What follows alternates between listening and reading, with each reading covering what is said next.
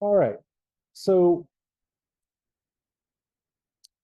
air damping or viscous losses due to fluid flow is usually the dominant loss mechanisms in microstructures. So because of this, MEMS devices are very often operated at reduced pressures in order to mitigate these viscous effects. So I'm going to put a little graph here, and this is essentially going to be quality factor Q on the y-axis and pressure P on the x-axis. So quality factor on the y, pressure on the x. And so what we would wind up seeing is something like this. When pressures are incredibly low, we'll be in the intrinsic regime. For medium amounts of pressures, and I will quantify this shortly, we'll start rolling off into what we're going to call the molecular regime. And then for higher pressures, we are going to be in the viscous regime where we're going to experience a lot of air damping. Okay? So I'm going to put kind of a dashed line right here. Everything to the left of this line is the intrinsic.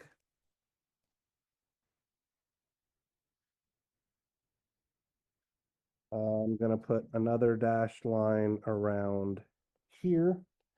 This is what is called the molecular regime, molecular. And in this regime, we're going to see that lambda, which I will quantify here in a moment, will be greater than another thing I'll quantify in a moment, dc. And then over here in the viscous regime,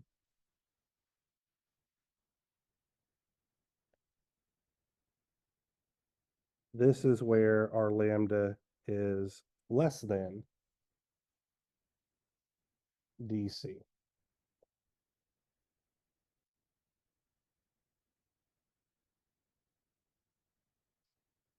So in the viscous regime,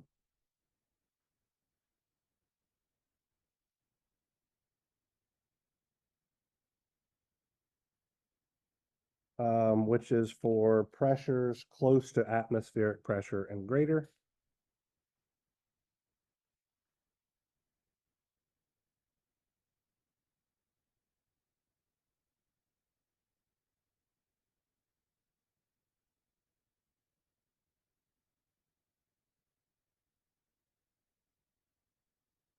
the mean free path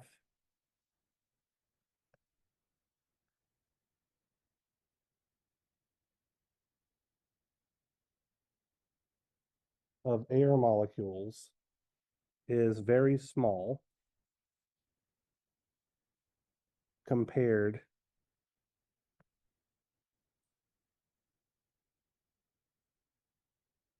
to typical device dimensions. So how many of you guys are familiar with the term mean free path? Joaquin, would you care to explain it? It's the amount of length, distance that a molecule is expected to travel on average before it hits another molecule. Exactly right. So mean free path is just trying to quantify how long a particular molecule travels on average before it has some kind of scattering interaction, okay? So when the mean free path of air molecules is very small compared to typical device dimensions, that means that a molecule can expect to have many numerous interactions as it flows past this device. So we are going to treat this case as effectively air being a viscous fluid, okay? So mean free path of air molecules is very small compared to typical device dimensions. So the air will act as a viscous fluid, okay? So as we decrease our pressure, we're moving towards the molecular regime now.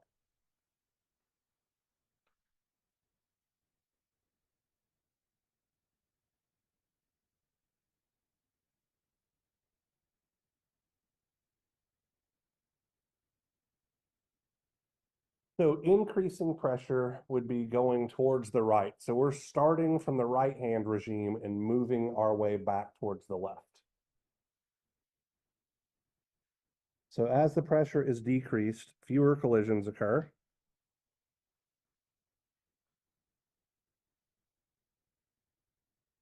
Because there are less molecules per unit volume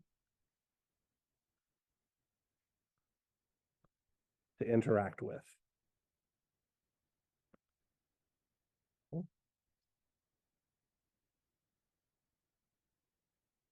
The mean free path will then become on the same scale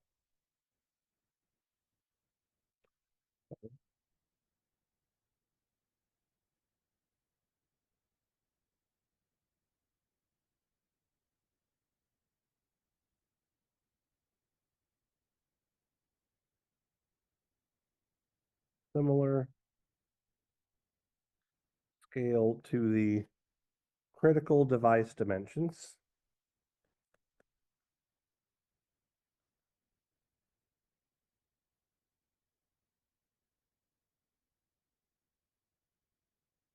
And individual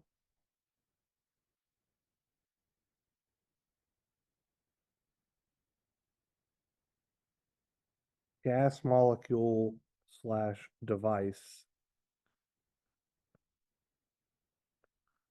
interactions will dominate the losses.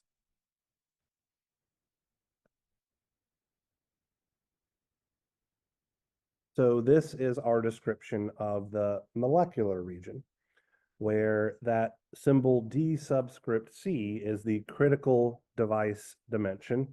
And essentially, as our mean free path lambda gets to be roughly of the same scale or larger than the critical device dimensions, then instead of seeing air as a viscous fluid, we are going to see it as singular molecules that we are interacting with as they hit our device or our device hits those molecules.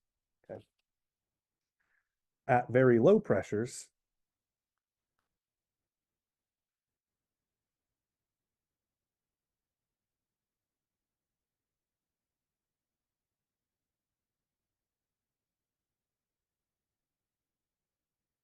the mean free path is longer than critical device dimensions.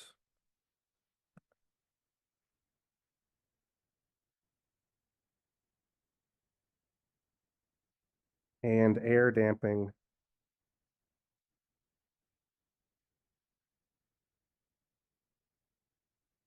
becomes insignificant.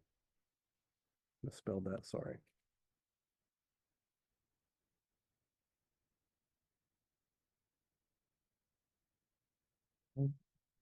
Material losses then become the dominant loss mechanism.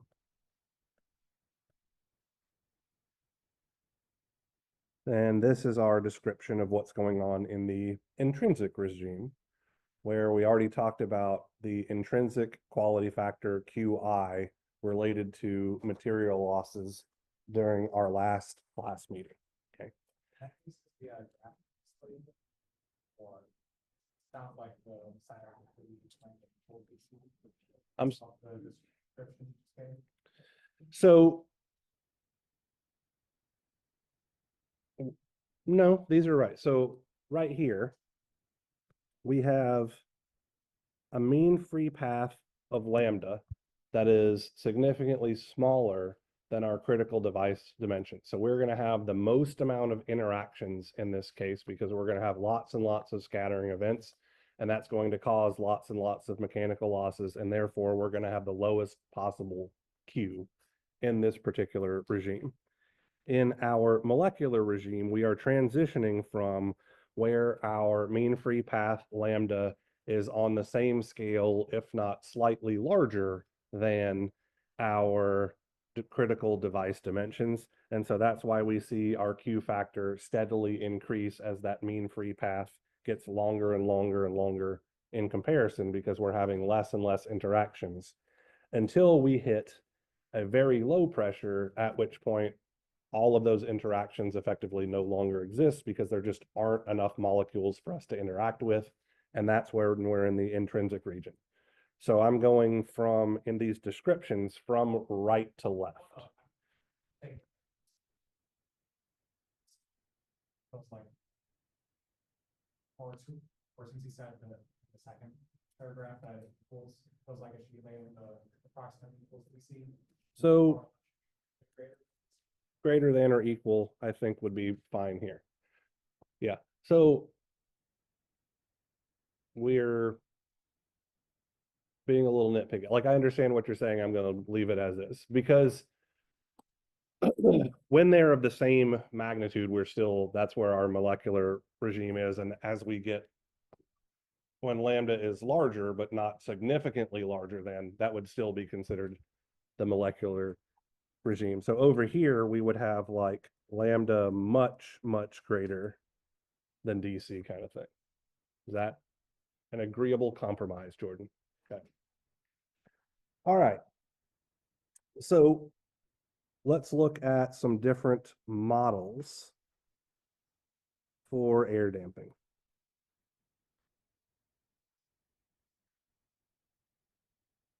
So we're going to start by defining mathematically our mean free path. So lambda, our mean free path, is going to be R times T over the square root of 2 multiplied by pi times dg squared n subscript a times p. Okay. So I'm going to put over here to the right where R is our ideal gas constant. That was a noise. That is another noise.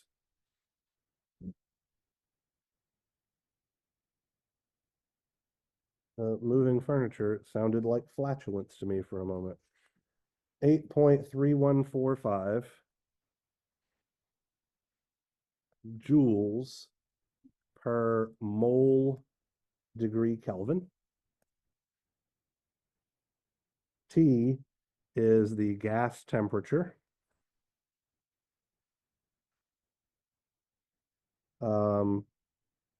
Measured in Kelvin. D subscript G is the effective diameter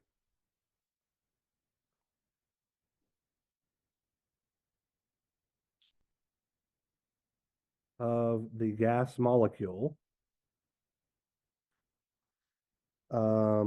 This is, sorry, got ahead of myself there.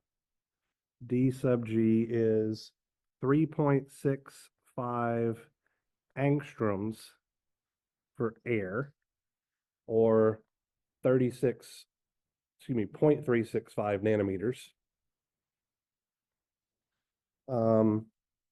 N subscript A is good old Avogadro's number.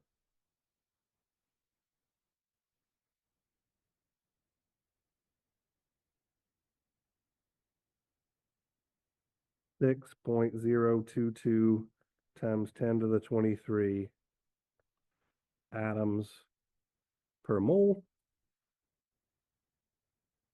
And then P is simply pressure measured in pascals. Okay. So there is our equation for our mean free path. And we can see that our mean free path is inversely proportional to our current pressure. Okay. The ratio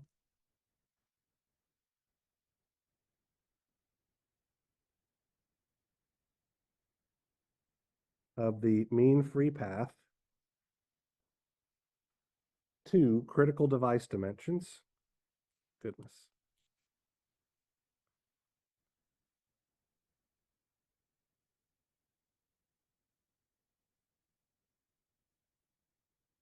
Is what's known as the Knudsen, Knudsen number, where Knudsen number, K sub n, is literally just mean free path over critical device dimension. And this critical device dimension is often called the characteristic length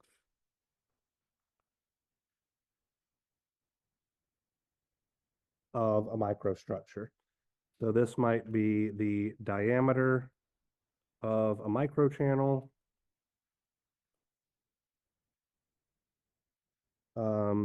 the gap between capacitor electrodes,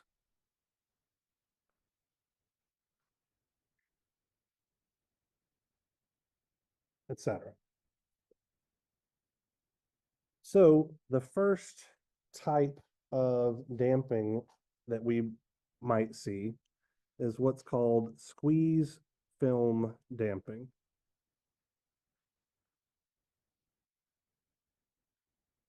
And I will try to draw a picture of this. So essentially, we had a substrate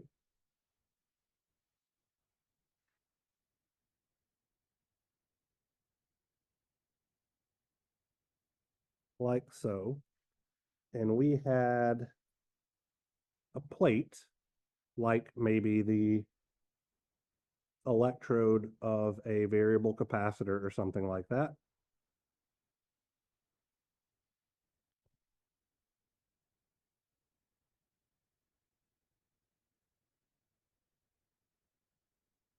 And there was some force acting on this plate such that it was pushing down. What we'll see is that air molecules have to squeeze out from underneath the plate as it travels downward. So we are essentially just squeezing air out from that gap as our plate moves. Okay.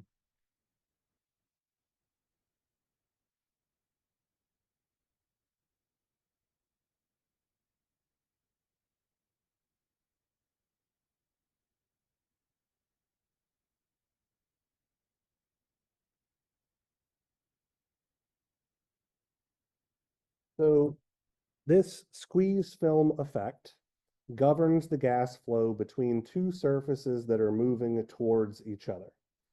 So I don't know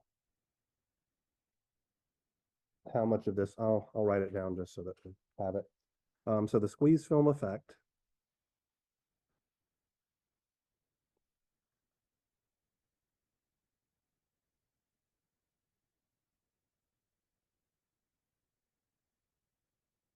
governs gas flow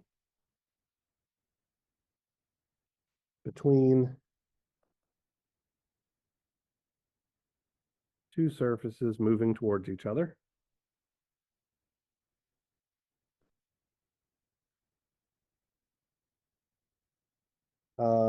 As the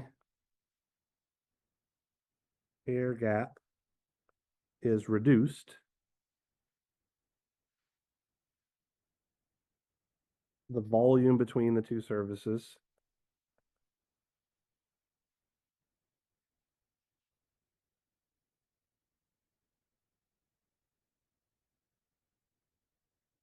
also decreases.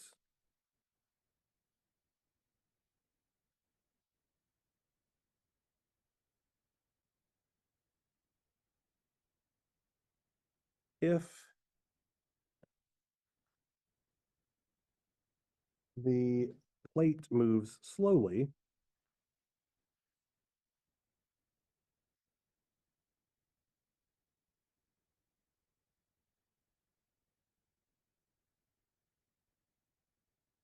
gas is squeezed out resulting in dissipation losses.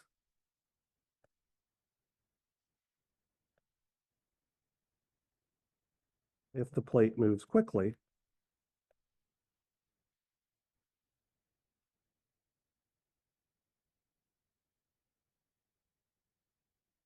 the gas is condensed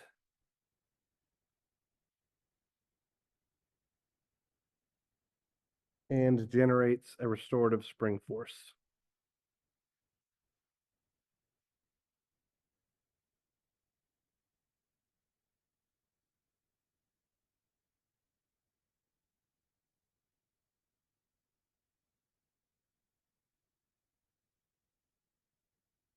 All right, so an effective way to model this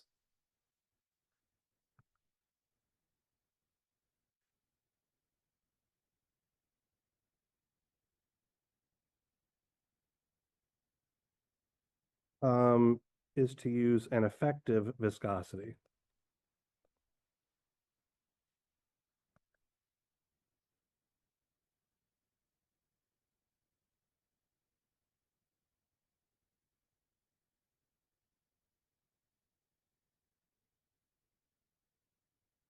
For the gas. So for narrow gaps,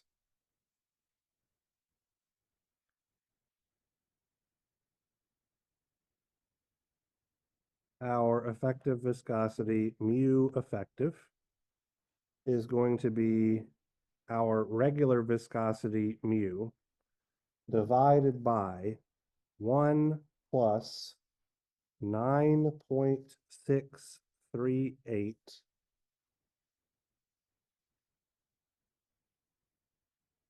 Newton number raised to the 1.159th power, where mu effective is a function of pressure, since our Knudsen number is dependent on the ratio of our critical device dimension, which is a constant, but it is also related to our mean free path, which is pressure dependent. Yes. 1.159. That looks a lot like an 8, so I'll try to fix that. 1.159.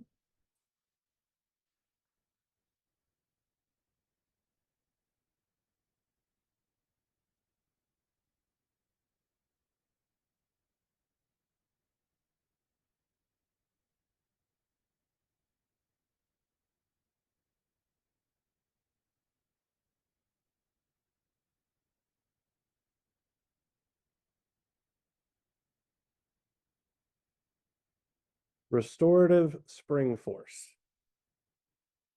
So essentially, if I move maybe a binder would be better, right? So I've got my binder, and if I move it slowly towards the surface of this table, I feel practically no air resistance. But if I let it go quickly, I feel resistance because those air molecules are pushing back up. So we're treating that as if it were a restorative spring force because it's a force applied in the direction opposite of our movement. Yeah.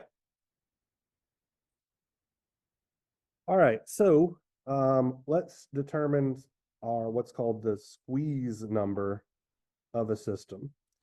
And so this squeeze number is telling us essentially whether or not we are going to have compression or not, essentially, okay? So our squeeze number, and I'm trying to do a sigma here, SQ, is going to be 12 times our effective viscosity times W squared over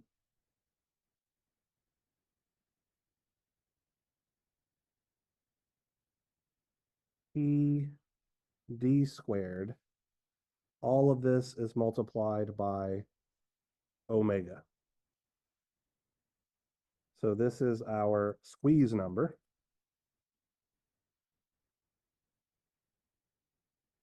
Where W is the plate width. And I'm just going to put a second note here. W will be less than or equal to the length of the plate. So this is the smaller of the dimensions.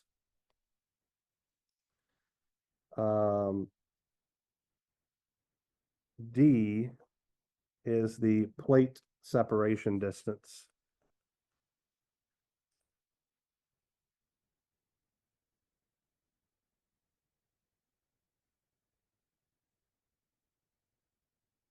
And omega is our vibrational frequency.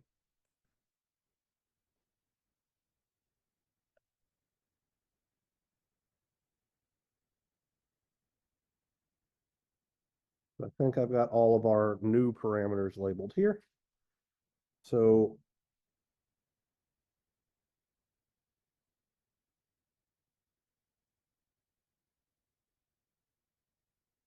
low squeeze numbers means air does not compress.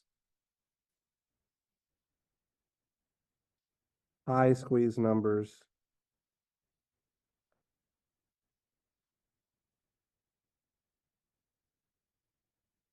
means our air or gas behaves like a spring.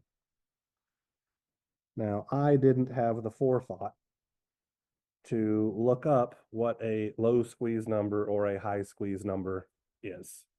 So I'll circle back on that and we'll maybe revisit that later, but I didn't look it up. Okay.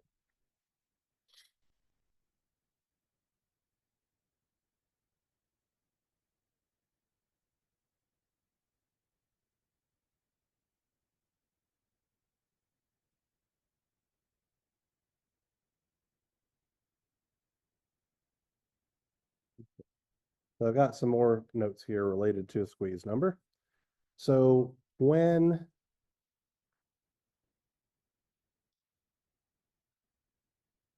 our squeeze number is much less than pi squared, which pi squared would be in the ballpark of 10, right? And we have square plates.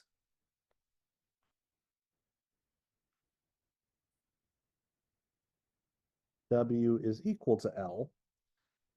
Then the damping factor for our gas will be 0.42 times mu effective times the plate area squared over the gap between the plates cubed.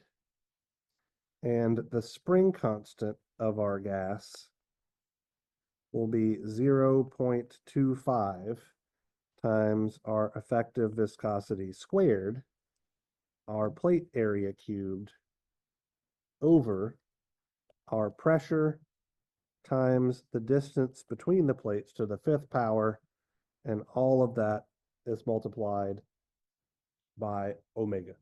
Okay. So apparently, a squeeze number significantly less than 10 would still be considered a high squeeze number in this case, because we are modeling this with a particular spring constant and damping coefficient. So I'd be willing to bet that a low squeeze number means that thing comes out to be significantly less than 1.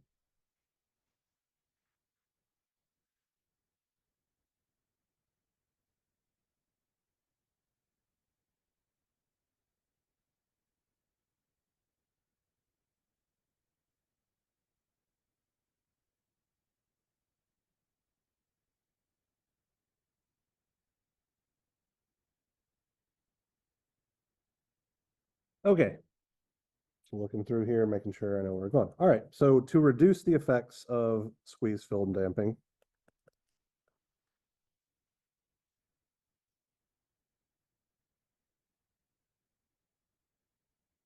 goodness gracious, that cue looks horrifying.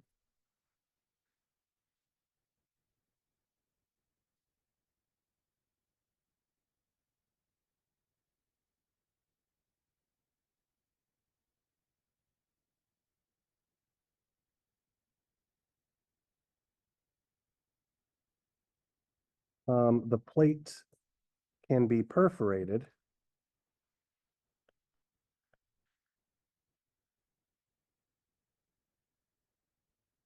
to provide an escape path for the air.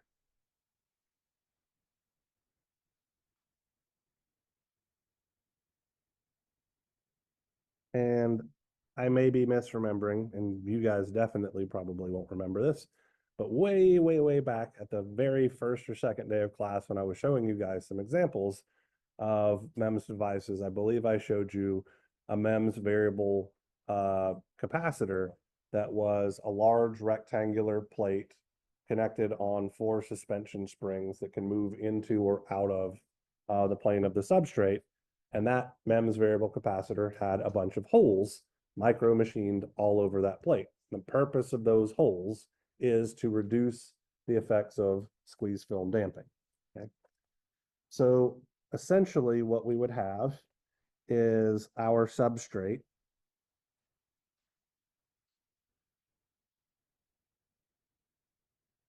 like so. And then our plate would be subdivided into smaller parts where each of these little gaps in the plate constitutes a hole in the plate that will allow for air to flow. So as this plate compresses, we would obviously see that some air is still going to be squeezed out, but some of it will be able to escape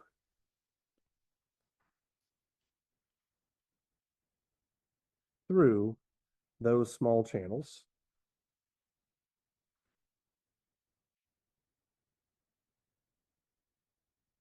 Like so. And I want to lay out some critical dimensions here. So this distance is the height of our plate, which will become important in a moment.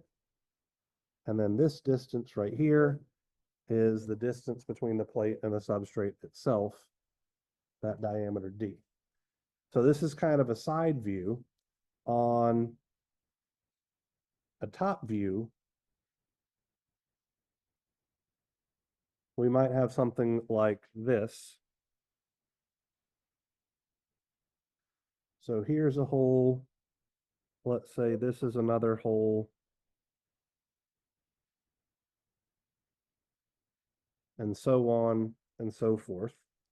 And so what I'm going to attempt to illustrate right now is that we could treat each of these holes effectively as an individual cell that's making up part of the plate in total.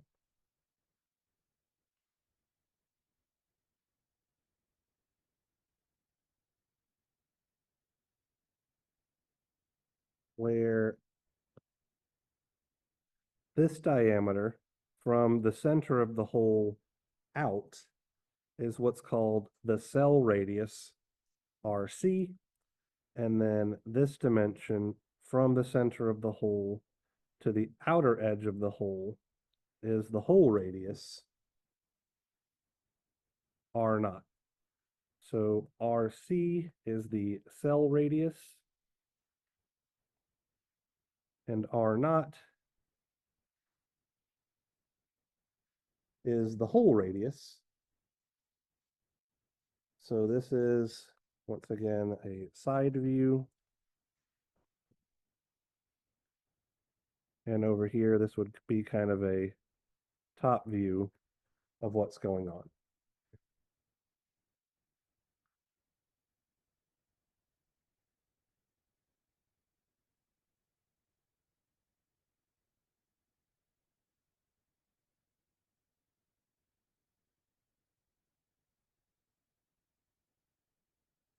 For thin plates, where our height of our plate will be less than or equal to our hole radius,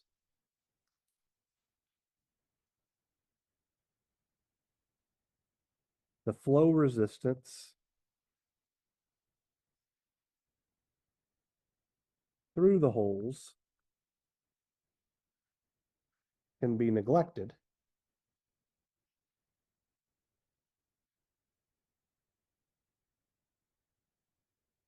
And this will give us a gas damping coefficient of 3 times the effective viscosity times the cell radius squared, all over twice the distance between the plates cubed, multiplied by a factor of n times pi RC squared. So this guy right here is literally just plate area for n holes. And then we have that will be multiplied by 4 times the ratio of R naught over RC squared minus R naught over RC to the 4th power minus 4 times the natural logarithm of R naught over RC minus 3. So there's our big giant expression for our damping coefficient. For thick plates,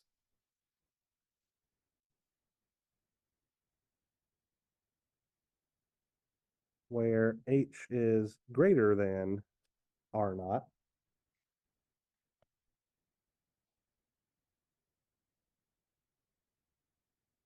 flow resistance will dominate the damping,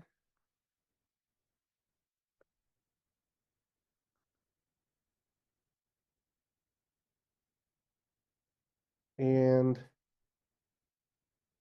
our damping coefficient will become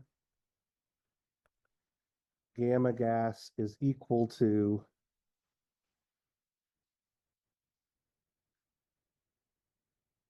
8 pi n, our number of holes, times mu effective RC to the 4th power times H all over R naught 4, where for these specific cases, our effective viscosity will have a new value. That's going to be R naught multiplied by the square root of pi over twice the mean free path times mu, just the material viscosity, all over R naught square root of pi over 2 lambda plus 5.94 multiplied by, geez, this equation is annoying, 1.78 times R naught square root of pi over 2 lambda plus 1 all over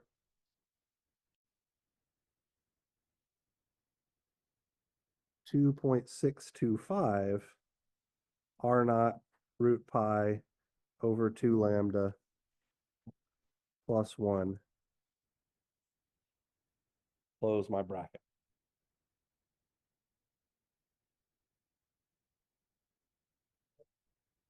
Absolutely.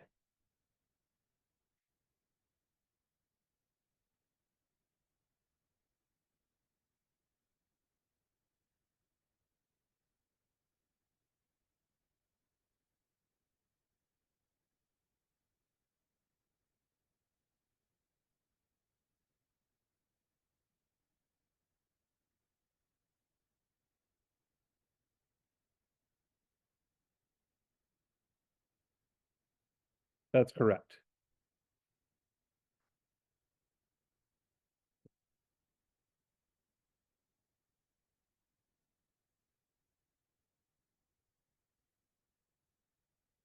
Okay, so talked about squeeze film damping. Now let's talk about lateral or shear damping. And this is the other prominent thing that we're going to see in microstructures.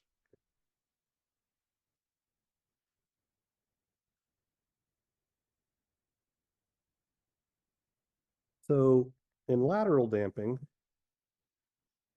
let's start with a similar picture to what we had a moment ago.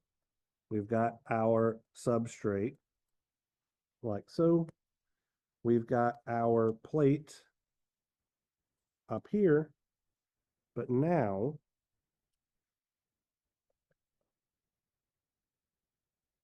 we're going to apply a force like so, such that essentially we are going to wind up dragging air along with the plate.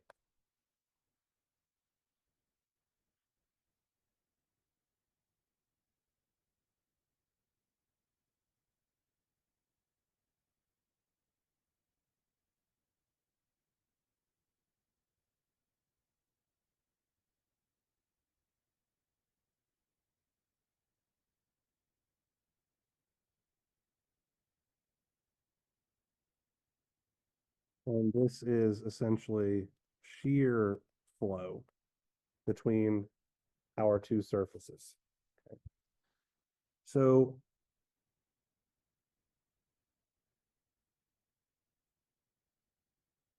mathematically, this is much, much easier to deal with. Okay. So for a plate with area A and gap D, where just to be clear, this dimension is once again our gap. We're going to have a lateral damping coefficient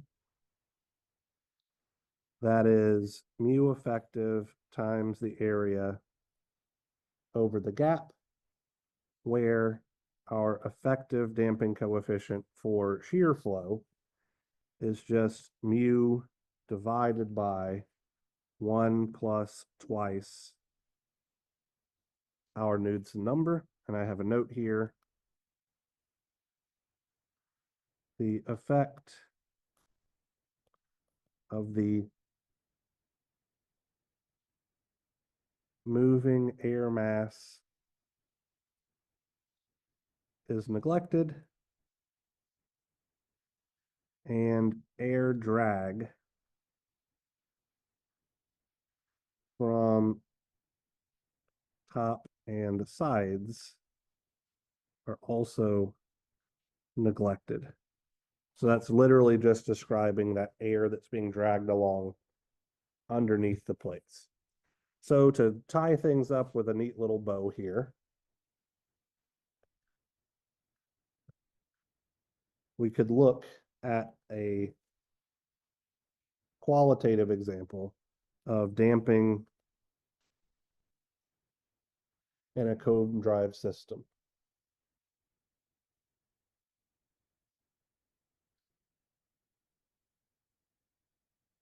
So for some sort of capacitive comb drive,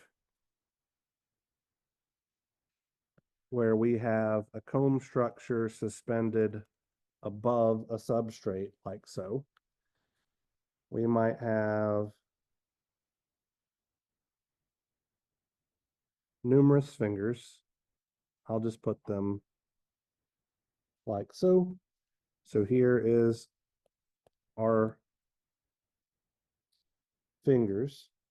And if our movement was in the up and down direction like so, essentially what we would see would be some,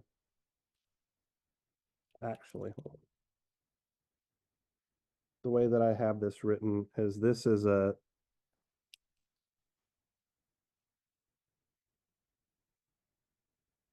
put it this way, sorry, can't even read my own terrible handwriting here.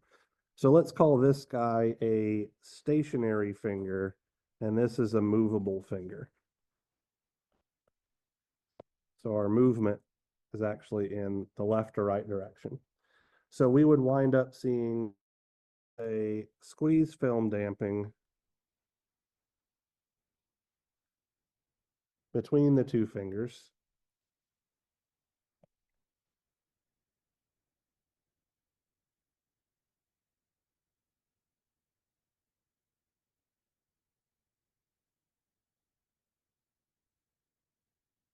We would see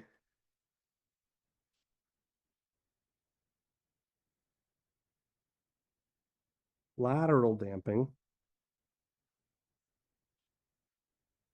or shear flow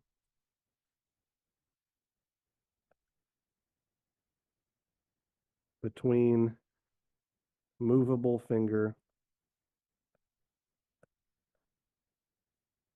and our substrate.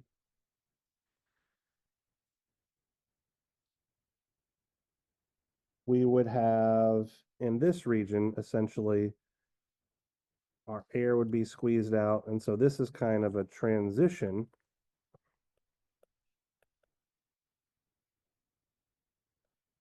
from squeeze film to shear flow. And then lastly, we would also have air coming out over the top. And this is a transition from, excuse me,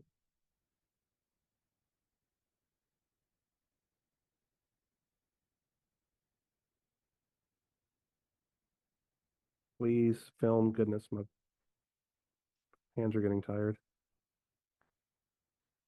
to free space. Okay. So mathematically calculating the damping coefficients and stuff like that for those transitional things is wildly difficult. So if I give you anything, it will only be, but as a calculation problem, it will only be squeeze film damping, or it will only be shear flow damping. It won't be any combination of the two. Okay. All right. That is the end of my 7 pages of notes about damping in MEMS. So we are done with today's lecture.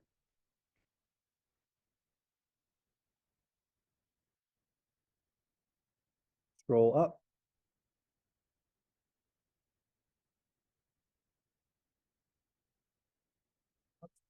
I have a question.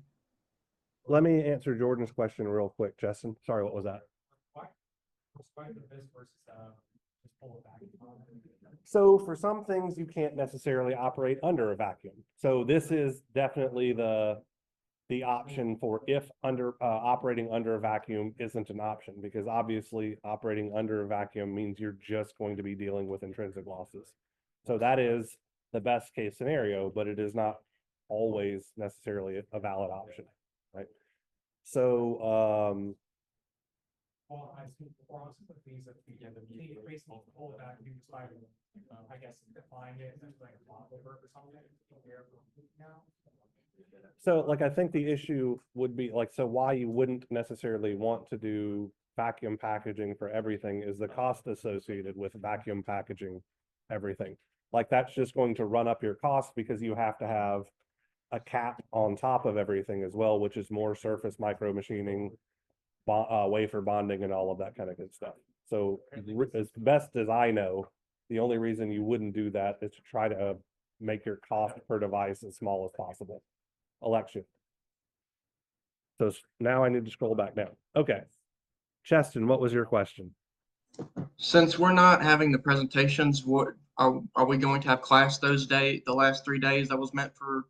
So that will just be for me answering any questions that you may have. So I will create the Zoom, but we won't cover any new material or anything. Okay, cool. Thank you. So that'll just be you asking questions on those homework assignments and or the take-home exam.